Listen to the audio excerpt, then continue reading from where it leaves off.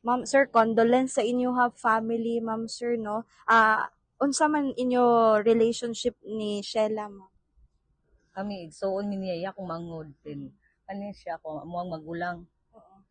Then siya ra pud ang namong gisaligan tawon ma'am.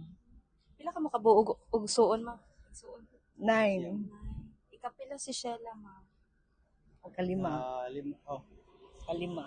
Ikalima. So, bali, ma'am, paano man ninyo na, siya inyo ginasaligan? So, bali, ano siya, breadwinner sa family? Ano Ano naman siya, ma'am, kadugay? Or ilang, pila na siya ka years, diriya? na ma'am magdugay naman din sa mo uli na sa dito sa Pagadian pero dili magdugay pila ka daw balik ka po na sa dari.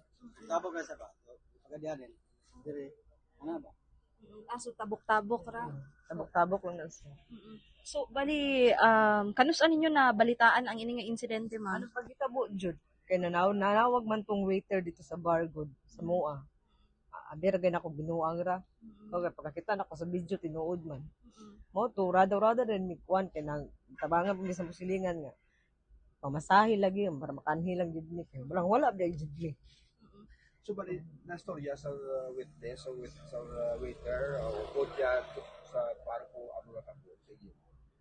Unsa natabua dito, ma'am? Ning ana siya nanawag chat siya nako pilmero ingon siya dai dili.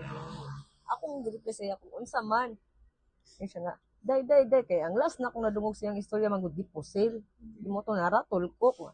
Pagtarong ba siya nga.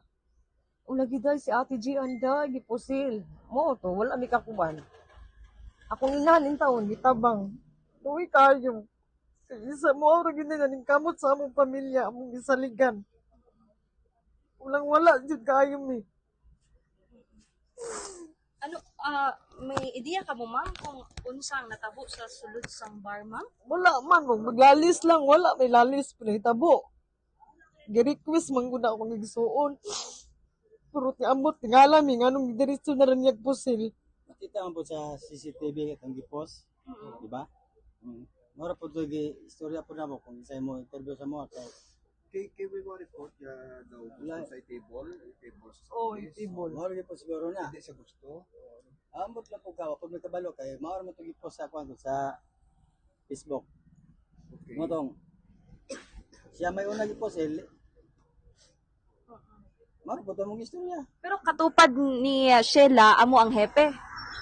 Amo, ito ko klaro po sa gipos. Pero wala sila relasyon sa suspect na police. Kapag may kabalo po. May kabalo. Ang mga lang nga, na balaan na mo nga mong suon, gipos dire, mong nanganemi dire, kay gusto na mo nga, makuha na mong suon, nga mauli na mo sa Pagadian. So, pila ka mo ari din sa buong? Tulo me. Katulo to ako mga bisa. Lagi. So, tatlo ko ka kung suon? Oo. Nga dari. So, kamusta man to ang duwa niya ka mga kabataan, ma'am, sa Pagadian? Lagi mo, sige po. Gahilak. Hilak si, nag-uol. Goal kayo sila. Wala si Banas. Wala. Solo parent to siya sir. So, paano sa direct kanto sa Negros? Asa Oriental? Sa Sibulan. Paano siya kapadung diri, ma'am? Yang amiga. Ano nga year, ma'am? Dugay na to ma'am. Pila na guna siya ka years good mo. Kasi balik-balik dahil. Kaya uli-uli na siya. Mga dekada naman, ma'am. So, plano niyo dalo yung magkanto sa Kailangan ginamo na siya sir nga mauli sa among lugar. Kaya akong ina-advertise paabot ang mga anak. Inyo nakita, ma'am, sa lawas ni Sheila, ma'am, asa man iya mga pilas, ma'am? Ulo tanan. Yawa kay nang gabuhat. Ang kanang gabuhat anak unta abot niya dito sa Muntinlupa, labaw pa yung nana iyang matagdawat dito. Wala siya puangon. Kasi sala sa akong magulang. Kasi tumong niya nga nung nananaon akong igsuon. Kabisag isa wala ginay kontra akong magulang. Wala ginay record. asa ko sa diriget to ga star board siya. Gabord tawon na siya sir. Labi siya po dira ga borders ga obra dira sa kwan. Sa bar. Asa mo diri sa sab.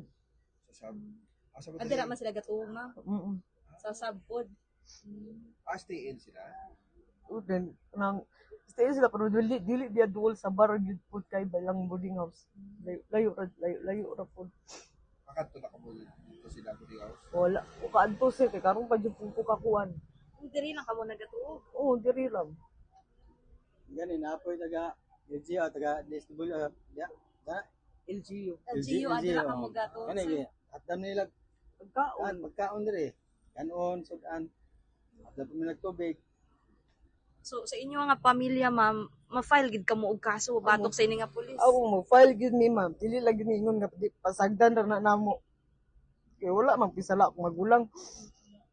So ma'am kung pamati si Sheila so kung ano man ang mensahe nga ipalabot nimo gusto sa iya ma'am.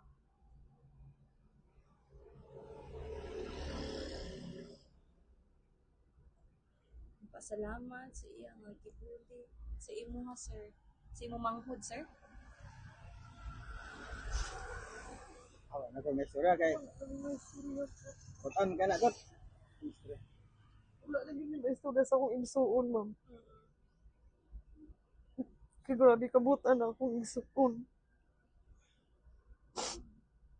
May ano